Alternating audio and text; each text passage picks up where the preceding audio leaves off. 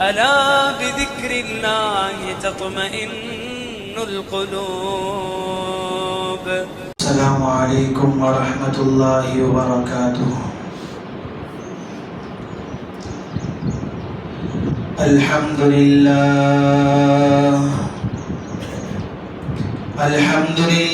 نحمده ونستعینه ونستغفره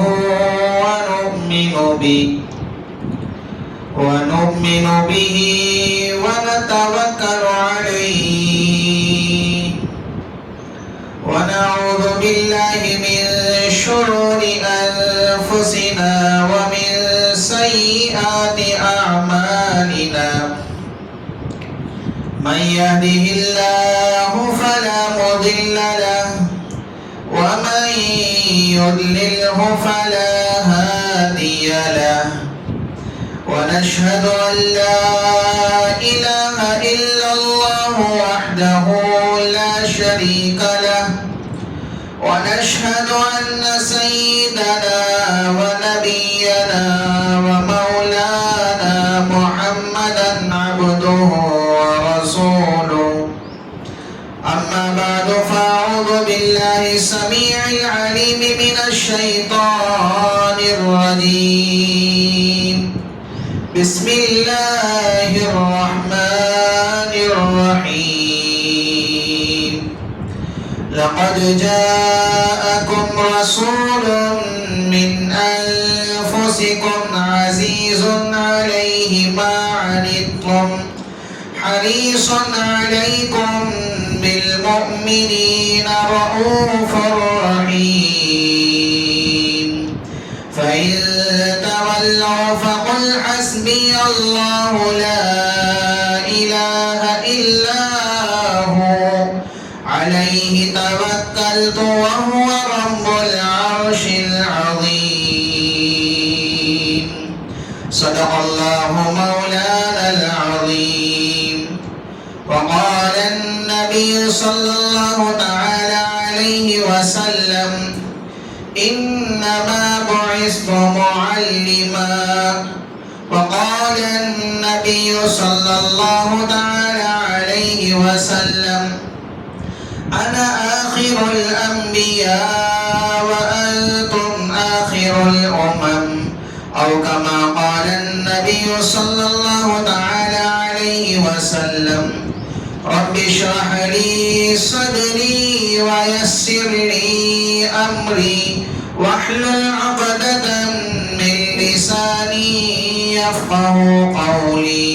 اللهم صل على محمد وعلى آل محمد كما صليت على إبراهيم وعلى آل إبراهيم إنك حميد مجيد.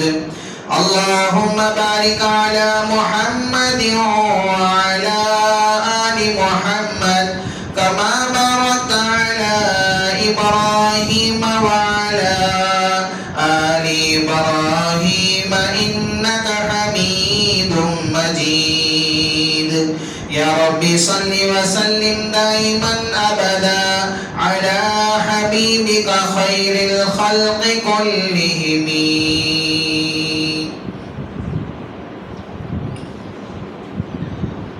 معزز سامعین کرام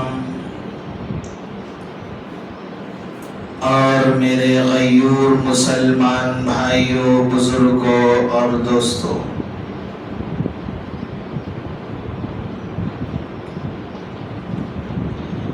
ربیع الاول کا مہینہ شروع ہونے والا ہے، جس کی نسبت سے اس جمعہ سورۃ التوبہ کی آخری آیات کے متعلق چند باتیں عرض کرنی ہیں۔ اللہ رب العزت سے دعا گو ہوں کہ اللہ رب العزت مجھے صحیح کہنے اور جو کچھ کہا اور سنا جائے گا ان باتوں پر ہم تمام کو عمل پیرا بنائے۔ ابھی خطبے میں نے سورۃ التوبہ کی 2 آیات تلاوت فرمائی ہیں، جس کے بارے میں بعض مفسرین کرام نے یہ لکھا ہے کہ سورۃ التوبہ کی آخری 2 آیات اللہ کے نبی صلی اللہ علیہ وسلم پر اللہ رب العزت نے جو قرآن مجید نازل فرمایا ہے، تو یہ 2 آیات سب سے آخر میں نازل ہوئی ہیں، جن میں سے پہلی آیت جس میں اللہ رب العزت نے پیارے حبیب حضرت محمد مصطفیٰ صلی اللہ علیہ وسلم کے وصال کا تذکرہ فرمایا، اور اس کے بعد والی آیت میں اللہ رب العزت نے توحید کو بیان فرمایا ہے۔ جیسا کہ اللہ کے نبی صلی اللہ علیہ وسلم کو جب اللہ رب العزت نے نبوت عطا فرمائی، اس وقت اللہ کے نبی صلی اللہ علیہ وسلم نے سب سے پہلے فاران کی چوٹی پر کھڑے ہو کر سارے مکے کے لوگوں کو جمع فرمایا۔ جب وہاں پر جمع ہو گئے تو اس وقت اللہ کے نبی صلی اللہ علیہ وسلم نے سب سے پہلے اپنے آپ کو پیش کیا، هل وجدتمونی صادقا ام کاذبا۔ سارے لوگوں سے پوچھا کہ بتاؤ کیا تم مجھے سچا جانتے ہو یا جھوٹا؟ 40 سال تمہارے درمیان میں نے زندگی گزاری ہے، 40 سال کے عرصے میں تم نے مجھے سچا پایا ہے یا جھوٹا پایا ہے؟ اس وقت سارے کے ساروں نے کہا کہ ہم آپ کو صادق مانتے ہیں، امین مانتے ہیں، یعنی کہ آج تک آپ کی زبان سے ہم نے ایک لفظ بھی جھوٹ کا نہیں سنا، پورے 40 سال کے عرصے۔ اس کے بعد اللہ کے رسول صلی اللہ علیہ وسلم نے اللہ رب العزت کی وحدانیت کو سامنے بیان فرمایا، یا ایھا الناس، اے لوگو، قولوا لا الہ الا اللہ تفلحوا، لا الہ الا اللہ پڑھ لو کامیاب ہو جاؤ گے۔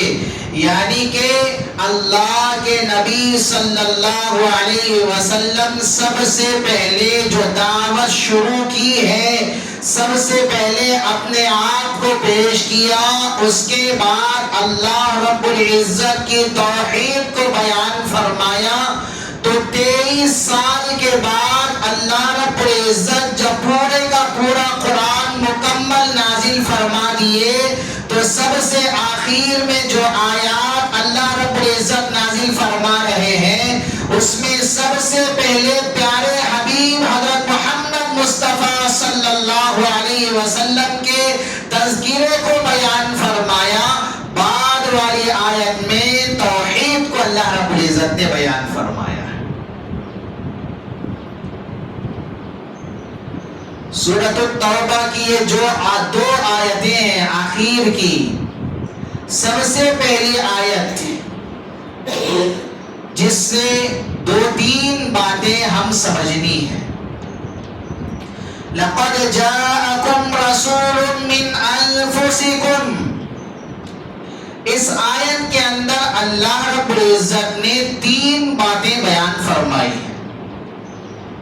لقد جاءکم، آمد مصطفیٰ کو بیان فرمایا، یعنی اللہ کے نبی صلی اللہ علیہ وسلم کی ولادت کو بیان فرمایا۔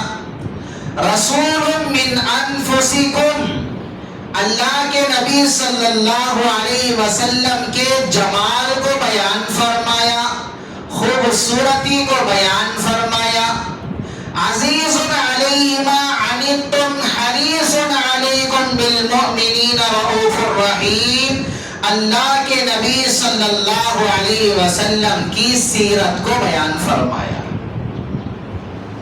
نمبر 1 آمد مصطفیٰ، یعنی کہ ولادت مصطفیٰ۔ نمبر 2 جمال مصطفیٰ۔ نمبر 3 سیرت مصطفیٰ صلی اللہ علیہ وسلم۔ آپ اس طرح سمجھے کہ اللہ کے نبی صلی اللہ علیہ وسلم کی ولادت بے مثال ہے، جس کی مثال کوئی پیش نہیں کر سکتا۔ اللہ کے نبی صلی اللہ علیہ وسلم کا جمال پر جمال ہے، یعنی کہ ایسی خوبصورتی کسی کے اندر ہو نہیں سکتی۔ اور اللہ کے نبی صلی اللہ علیہ وسلم کی سیرت با کمال ہے، ایسی سیرت کسی اور کی ہو نہیں سکتی۔ آج ہم ولادت مصطفیٰ کو سمجھتے ہیں کہ اللہ کے نبی صلی اللہ علیہ وسلم کی ولادت بے مثال ہے۔ مطلب کیا ہے؟ آج دنیا کے اندر ہر دن ہزاروں بچے پیدا ہو رہے ہیں۔ اس وقت جب ہم بیان سن رہے ہیں، کہہ رہے ہیں، تو اسی وقت دنیا کے اندر ہزاروں بچوں کی ولادت ہو رہی ہے، لیکن کسی بچے کے لحاظ سے کوئی بھی یہ تصور نہیں کر رہا، یہ سوچ نہیں رہا ہے، یہ سمجھ نہیں رہا ہے کہ میرا بچہ دنیا میں آنے کے بعد کیا کرے گا، کیا بنے گا۔ میرا بچہ دنیا میں آنے کے بعد حافظ بنے گا، عالم بنے گا، مفتی بنے گا، علامہ بنے گا، فہامہ بنے گا، یا انجینئر بنے گا، یا ڈاکٹر بنے گا، یا کلکٹر بنے گا، یا آفیسر بنے گا، یا میرا بچہ اچھا انسان بنے گا۔ اس کے اخلاق کیسے ہوں گے، اس کا کردار کیسا ہوگا، اس کا رویہ کیسا ہوگا، اس کے آداب کیسے ہوں گے، اس کے اخلاق کیسے ہوں گے، یہ تصور کسی کے ذہن میں آتا نہیں ہے۔ جب بچہ پیدا ہوتا ہے تو اس وقت بس یہ خوشیاں ہوتی ہیں، ایک طرف کوئی خوشی منا رہا ہے، ایک طرف کوئی مٹھائی لا کر بانٹ رہا ہوتا ہے، ایک طرف نام رکھنے کی کوشش کی جا رہی ہوتی ہے، ایک طرف نئے نئے کپڑے چائے لے کر آ رہے ہوتے ہیں، ایک طرف باپ کا دل خوش ہو رہا ہوتا ہے۔ بس یہی خوشیاں منائی جا رہی ہوتی ہیں، کسی کے ذہن کے اندر یہ تصور، یہ خیال تک نہیں ہوتا ہے کہ میرا بچہ دنیا میں آنے کے بعد فلاں فلاں فلاں کرے گا۔ لیکن دنیا میں صرف ایک ہستی ایسی ہے جس کے روئے زمین پر آنے سے پہلے اس کی عظمتوں کے چرچے پہلے ہی سے ہو رہے تھے۔ آسمانی جتنی کتابیں اللہ رب العزت نے نازل فرمائی ہیں، تورات کے اندر نبی کی آمد کا ذکر ہے، انجیل کے اندر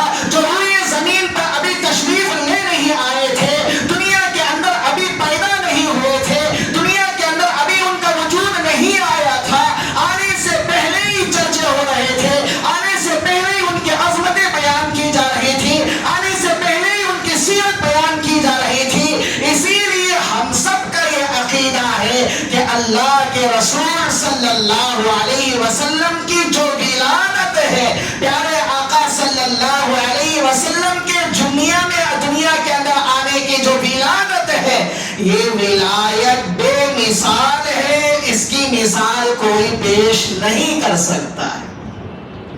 دنیا کے اندر پیدا ہونے والے بچے کے متعلق آگے کیا ہوگا، کیا بنے گا، کوئی نہیں کہہ سکتے، لیکن صرف میرے اور آپ کے آقا محمد عربی صلی اللہ علیہ وسلم کے دنیا میں آنے سے پہلے ہی رب ذوالجلال ساری کائنات کے اندر ان کے چرچے بیان فرمائے۔ ایک اور بات سمجھیں، جو چیز بے مثال ہوتی ہے اس کو اپنایا نہیں جا سکتا، اس کا ذکر بیان کیا جا سکتا ہے، اس کی تعریف کی جا سکتی ہے، لیکن اپنا نہیں سکتا۔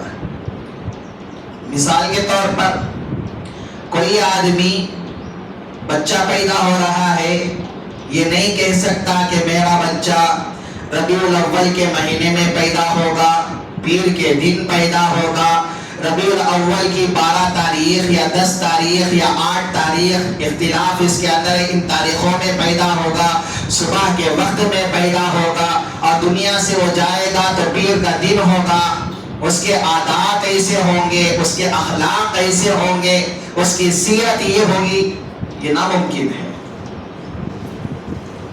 اس لیے کہ ولادت اپنانے والی چیز نہیں ہے، اس کو بیان کیا جا سکتا ہے، اس کو ذکر کیا جا سکتا ہے، اس کو سمجھایا جا سکتا ہے، اس کو بولا جا سکتا ہے، لیکن اپنایا نہیں جا سکتا۔ اسی لیے ہمارا عقیدہ یہ ہے کہ اللہ کے رسول صلی اللہ علیہ وسلم کی ولادت بے مثال ہے، جس کی کوئی مثال نہیں۔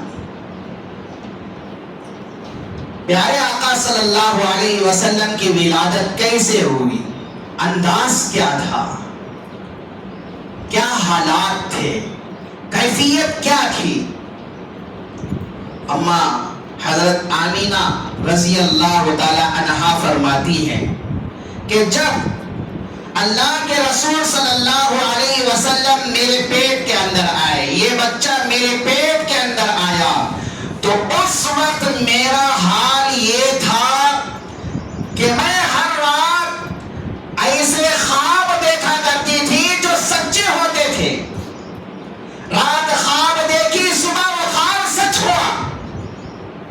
روزانہ میں خواب دیکھتی ہوں لیکن صبح وہ سچے ہوتے ہیں۔ اما آمینہ فرماتی ہیں کہ جب سے یہ بچہ میرے پیٹ کے اندر آیا، کبھی میں حضرت حوا کو خواب میں ملاقات کی، کبھی مریم رضی اللہ عنہا کو ملاقات کی، کبھی حضرت آسیہ کی ملاقات کی، کبھی حضرت حاجرہ کی میں نے ملاقات کی۔ بڑے بڑے جو نیک صالحہ خواتین تھے، راتوں میں کسی نہ کسی سے میری ملاقات ہوا کرتی تھی، لیکن جب میرے بچہ پیٹ کے اندر آیا، جب سے یہ بچہ میرے پیٹ کے اندر آیا، کبھی مجھے متلی نہیں ہوئی، کبھی مجھے خیر بھی نہیں آئی، کبھی مجھے پیٹ کا درد نہیں، کبھی کوئی تکلیف نہیں، کبھی مجھے کوئی مصیبت نہیں آئی۔ پانی لانے کے لیے کنویں کے پاس جاتی ہو تو وہاں پر بھی تکلیف اٹھانی نہیں پڑتی، پانی کا کنویں کا پانی خود بخود اوپر آ جاتا، کوئی مشقت اٹھانے کی نوبت نہیں آئی، کوئی تکلیف اٹھانے کی نوبت نہیں آئی، پانی خود بخود اوپر آ جایا کرتا تھا۔ پتھر پر قدم رکھتی، پتھر بھی بوم بن جاتا تھا، کانٹے پر کبھی پیر پڑ جاتا، وہ بھی پھول بن جایا کرتا تھا۔ لیکن اللہ کے نبی صلی اللہ علیہ وسلم جب آمینہ کے پیٹ میں آئے، اما آمینہ فرماتی ہے کہ جب سے یہ بچہ پیٹ میں آیا ہے، اس وقت سے میری زبان پر بھی ایسی خوشبو، جب میں تھوکتی ہوں تو اس کے اندر سے خوشبو پھولنے لگتی ہے۔ اس لیے ہمارا عقیدہ یہ ہے کہ پیارے آقا صلی اللہ علیہ وسلم کی ولادت بے مثال ہے۔ ایک مرتبہ خواجہ عبد المطلب اپنے گھر کے اندر اپنی بہو کو دیکھے کہ اس کے جسم سے ایسی خوشبو کہاں سے آ رہی، کون سا عطر یہ استعمال کر رہے، اتنی اچھی خوشبو، اتنا عمدہ عطر ہوگا۔ ایک مرتبہ اپنے گھر والی سے کہا کہ آپ کی بہو معلوم نہیں کون سا عطر لگاتی ہے کہ جب وہ چلتی ہے تو پورا راستہ خوشبو کا ہو جاتا ہے، خوشبو سے مہک اٹھتا ہے۔ اب خاتون ہے، اب بات کریں، پوچھیں، عزت کا مسئلہ ہے کہ 4 لوگ کیا کہیں گے اگر یہ بات باہر پڑ جائے، اپنی عزت کا مسئلہ ہے، آپ پوچھیں، خاتون ہے۔ گھر والی نے کہا کہ جی میرے اندر تو اتنی طاقت نہیں کہ میں جا کر اپنی بہو سے پوچھوں کہ کہاں سے ادھر لا رہی ہے، کون سا ادھر استعمال کر رہی ہے، کون سے بازار سے منگوا رہی ہے، کون لا کر دے رہا ہے۔ آخر ہمت کی اور ایک مرتبہ پوچھا کہ بہو بتا تو یہ اتنی خوشبو کہاں سے آ رہی ہے، ادھر تو کون سا استعمال کرتی ہے، کون لا کر دیے تجھے؟ اماں آمینہ فرماتی ہے کہ امی جان یہ میرا کمال نہیں ہے، جب سے یہ بچہ پیٹ کے اندر آیا ہے میں نے اپنے عجیب عجیب کیفیات میں دیکھ رہی ہوں، میرے حالات عجیب عجیب کے ہیں، میں خواب بھی عجیب دیکھتی ہوں، سچے خواب دیکھ رہی ہوں، لیکن جب سے یہ بچہ پیٹ میں آتا ہے میں حمام جا کر آتی ہوں، حمام بھی معطل ہو جاتا ہے، بکریوں کے پاس جاتی ہوں، بکریاں مجھے دیکھتے تکتے ہی رہ جاتے ہیں، لیکن وہ شام میں پیٹ بھر کے آتے ہیں، کنویں کے پاس جاتی ہوں، پانی بھی اوپر آ جاتا ہے، راتوں میں بڑی بڑی ہستیوں کا میں دیدار کرتی ہوں، جنت کی حوریں مجھے سلامی دینے کے لیے روزانہ آیا کرتی ہیں، جب میں تھوکتی ہوں تو وہ تھوک کے اندر سے خوشبو پھوٹنے لگتی ہے۔ سچ میں امی جان یہ میرا کوئی کمال نہیں ہے، لیکن پیٹ کے اندر جو مہمان ہے شاید اس مہمان کا یہ کمال ہے کہ جس کی وجہ سے میرے اندر سے ایسی خوشبو پھوٹنے لگتی ہے۔ خواجہ عبدالمطلب فرما رہے ہیں کہ ایک مرتبہ میں مکے کے پاس بیٹھا ہوا تھا، عبادت کر رہا تھا، تو یکایک کعبے کے اندر جو 360 بت رکھے ہوئے تھے آپس میں ٹکرا ہے، اچانک وہ بت سارے کے سارے جھک گئے۔ خواجہ عبدالمطلب کہتے ہیں کہ کعبۃ اللہ بھی جھک گیا اور فرماتے ہیں کہ میں نے ان بتوں کے اندر سے آواز سنی کہ اے لوگوں اس دھرتی پر کعبے کو پاک کرنے والا یعنی کہ حضرت محمد مصطفیٰ صلی اللہ علیہ وسلم تشریف لا چکے ہیں، یہ آواز میں نے ان بتوں کے اندر سے دیکھی ہے۔ کعبے کے پاس میں عبادت کر رہا تھا، شام کے محلات نظر آئے، قیصر و کسریٰ کے کنکرے ٹوٹتے ہوئے میں نے دیکھا ہے، ایران کا آتش کدہ بجھ گیا ہے، لیکن یہ سارے کے سارے میں کعبے کے پاس بیٹھا ہوا دیکھا، لیکن اطلاع ملی کہ میرے گھر کے اندر میرے پوترے کی ولادت ہوئی ہے۔ تاریخ میں یہ بات ملتی ہے کہ جب اللہ کے رسول صلی اللہ علیہ وسلم کی ولادت ہوئی، مکے کے اندر 200 کنواری لڑکیاں ایسی تھیں جو عالمہ تھیں، تورات اور انجیل کے عالمہ، پڑھی لکھی۔ ان کی خواہش یہ تھی کہ میں آخری نبی صلی اللہ علیہ وسلم کی ماں بن جاؤں، میں نبی علیہ السلام کی ماں بن جاؤں، یہ شرف مجھے مل جائے، یہ شرف مجھے حاصل ہو جائے۔ 200 کنواری لڑکیوں کی یہ خواہش تھی، لیکن جب پیارے آقا صلی اللہ علیہ وسلم کی ولادت کی خبر انہوں نے سنی تو اس وقت انہوں نے کہا کہ ہم آخری نبی حضرت محمد مصطفیٰ صلی اللہ علیہ وسلم کی ماں بننے سے محروم ہو گئی ہے۔ ایک چیخ ماری اس رنج و غم میں، وہی ان کا انتقال ہو گیا۔ اس دن 200 جنازے مکے کے اندر اٹھے تھے۔ اللہ کے رسول صلی اللہ علیہ وسلم جس سال پیدا ہوئے اس سال پورے جزیرۃ العرب کے اندر اللہ رب العزت نے ساری جتنی بھی حاملہ خواتین تھی ان سب کو نرینہ اولاد عطا فرمائی۔ اس سال کسی کے گھر میں بچی کی ولادت نہیں ہوئی تھی۔ اس کے اندر حکمت علماء کرام نے لکھا ہے، ایک حکمت یہ بیان فرمائی ہے کہ اللہ کے نبی صلی اللہ علیہ وسلم کو اللہ رب العزت نے رحمت للعالمین بنا کر بھیجنا تھا۔ اللہ کے نبی صلی اللہ علیہ وسلم کو اس امت کا رہبر اور رہنما بنا کر بھیجنا تھا، اس امت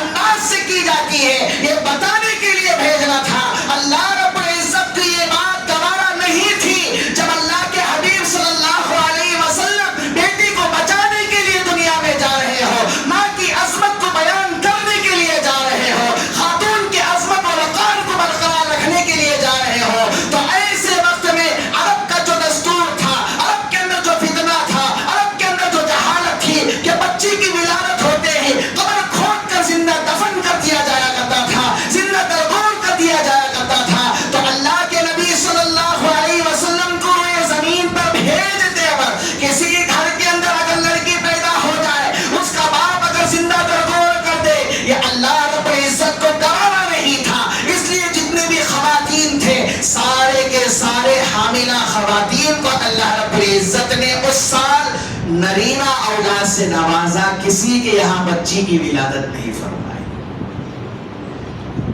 تو اس سے ہمیں یہ بات یہ معلوم ہوتی ہے کہ اللہ کے نبی صلی اللہ علیہ وسلم اس امت کے لیے رحمت بن کر بھیجے گئے، رحمت بنا کر بھیجے گئے۔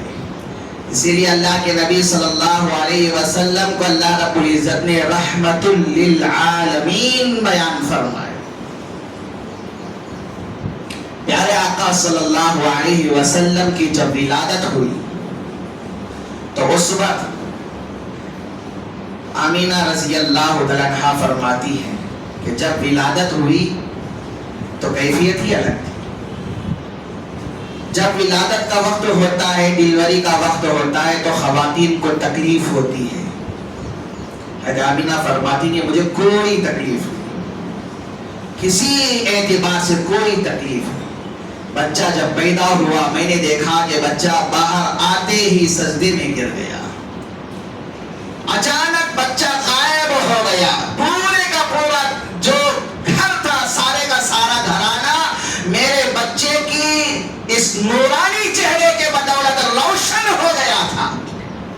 اس وقت میں نے قیصر و کسریٰ کے محلات کے کنکر گرتے ہوئے دیکھے، شام کے محلات میں نے دیکھے، اس وقت میں نے ایران کے آتش کدے کو دیکھا کہ وہ بجھ گیا تھا۔ لیکن حضرت آمینہ فرماتی ہے جب ولادت ہوئی اس وقت ایک طرف خوشی بھی تھی، ایک طرف غم بھی تھا۔ خوشی کس بات کی؟ خوشی اس بات کی کہ اللہ رب العزت نے مجھے اتنا حسین اور خوبصورت بچہ عطا فرمایا کہ آج تک شاید ہی نہیں، آج تک یقیناً کوئی اتنا حسین بچہ نہیں دیکھا ہوگا اور قیامت تک بھی نہیں دیکھے گا۔ اور غم اس بات کا کاش آج عبداللہ ہوتے، بچے کے والد ہوتے، جو اتنے حسین اور خوبصورت بچے کو دیکھ کر بہت خوش ہوتے اور بچے کے ولادت پر خوشی میں بچے کے خاطر کھلونے لے آتے، بازار سے نئے کپڑے لے آتے، بازار سے کچھ مٹھائی وغیرہ لے کر آتے۔ غم اس بات کا تھا حضرت آمینہ جب اس غم میں تھی، غیب سے ندا آئی، اے آمینہ تو غم کس بات کی کرتی ہے کہ ایک طرف دنیا والے بچے کو کھلانے کے لیے پلاسٹک وغیرہ کے کھلونے لے آتے ہیں، لکڑی کے کھلونے لے آتے ہیں، مٹی کے بنے ہوئے کھلونے لے آتے ہیں، اور اپنے بچے کو بہلانے کے لیے دنیا کا سیر کرواتے ہیں، دنیا کے پارکوں میں گھماتے ہیں، دنیا دکھایا کرتے ہیں۔ اے آمینہ تو غم نہ ہو، ہم اس کے رب ہیں، ہم اس کے مربی ہیں، ہم اس کے خالق ہیں، ہم اس کے مالک ہیں۔ اگر یہ کھلونا مانگے معراج پر ہم بلا لیں گے، اگر یہ سیر کرنا چاہے جنت اور جہنم کو ہم دکھا دیں گے، ساری ساتوں آسمانوں کا سیر کروائیں گے، عرش کا سیر کروائیں گے۔ تو سمجھتی ہے کہ یہ یتیم پیدا ہوا ہے، لیکن یتیموں کے سروں پر ہاتھ رکھنے والا ہے، اس کی پرورش کرنے کے لیے رب ذوالجلال اس کو خوش کرنے کے لیے وَلَسَوْفَ يُعْطِيكَ رَبُّكَ فَتَرْضَىٰ تیرا رب کہہ رہا ہے، کبھی یاسین کہہ رہا ہے قرآن میں، کبھی مزمل کہہ رہا، کبھی مدثر کہہ رہا ہے۔ تو اللہ رب العزت نے حضرت آمینہ کو یہ تسلی دلوائی، غم نہ کرنا، اگر یہ کھلونا مانگے تو معراج پر ہم بلا لیں گے، تفریح کا اس کا دل کرے تو ہم جنت کا سیر کروا دیں گے۔ تو میرے بھائیوں یہاں پر ہم اپنا عقیدہ یہ بنائیں، اللہ کے نبی صلی اللہ علیہ وسلم کی ولادت بے مثال ہے، جس کی کوئی مثال بیان نہیں کی جا سکتی۔ اللہ رب العزت نے سورہ توبہ کی آخری آیت کے اندر، یعنی کہ آخر کے دو آیتوں میں، پہلی آیت میں اللہ کے نبی صلی اللہ علیہ وسلم کا تذکرہ فرمایا، آخری آیت میں اپنی توحید کو بیان فرمایا۔ لَقَدْ جَاءَكُمْ رَسُولٌ مِّنْ أَنفُسِكُمْ، اللہ رب العزت نے جاءکم میں ولادت کو بیان فرمایا، رسول من انفسکم اس کے اندر اللہ کے حبیب صلی اللہ علیہ وسلم کے جمال کو بیان فرمایا۔ پیارے آقا صلی اللہ علیہ وسلم سے زیادہ حسین و خوبصورت نہ آج تک دنیا میں کوئی آیا ہے نہ آئے گا۔ سب سے زیادہ حسین اللہ رب العزت نے اپنے حبیب صلی اللہ علیہ وسلم کو بنایا ہے۔ میرے بھائیوں، اللہ تعالیٰ نے ہم پر سب سے بڑا احسان یہ کیا کہ اپنا حبیب ہمیں عطا فرمایا۔ اپنا حبیب، کوئی اپنے حبیب کو کسی کو نہیں دیتا ہے، اپنے چہیدے کو کوئی آدمی کسی کو نہیں دیتا ہے۔ اللہ نے احسان کیا، اپنا حبیب ہمیں عطا فرمایا اور ہمیں اللہ کے نبی صلی اللہ علیہ وسلم کا امتی بنایا۔ تو اس لیے ہمیں چاہیے کہ اللہ کے نبی حضرت محمد مصطفیٰ صلی اللہ علیہ وسلم کی زندگی کو آئیڈیل بنانا ہے، نمونہ بنانا ہے، ان کی زندگی کو اپنی زندگی کے اندر سنوارنا ہے، ان کی زندگی کو اپنی زندگی میں لانا ہے، ایک ایک طریقے پر چلنے کی کوشش کرنا یہ ہمارے لیے نہایت ضروری ہے۔ اس لیے کہ اللہ رب العزت نے کامیابی ہماری زندگی کی اپنے نبی کے طریقے میں رکھ دی۔ جو نبی کے طریقے کو اپنائے گا وہ کامیاب و کامران ہوگا، جو نبی کے طریقے سے ہٹ کر زندگی گزارے گا کبھی کامیابی اس کے قدم نہیں چوم سکتی۔ تو اس لیے ارادہ کریں کہ انشاءاللہ العزیز اللہ کے نبی صلی اللہ علیہ وسلم کی سیرت کو جان کر اس پر عمل کرنے کی کوشش کریں گے۔ نبی علیہ السلام کی ایک ایک سنت کو دل و جان سے کیا ہے اس کو سمجھ کر، اس کو سیکھ کر اس پر عمل کرنے کی کوشش کیا کریں گے۔ اللہ رب العزت سے دعا گو ہو کہ اللہ تبارک و تعالی جو کچھ کہا سنا گئے ان باتوں پر سب سے پہلے کہنے والے کو عمل کی توفیق عطا فرمائے۔ اللہ تعالی ہم تمام کو عمل پیرا بنائے۔ مضمون اور بھی باقی ہے انشاءاللہ العزیز، اللہ تبارک و تعالی اگر حیات باقی رکھے، زندگی باقی رکھے، اگلے جمعہ آپ کے سامنے تفصیل سے بات آئے گی۔ اللہ تعالی ہم تمام کو جو کچھ کہا سنا گئے ان باتوں پر عمل کی توفیق عطا فرمائے۔ آمین وآخر دعوانا الحمدللہ رب العالمین۔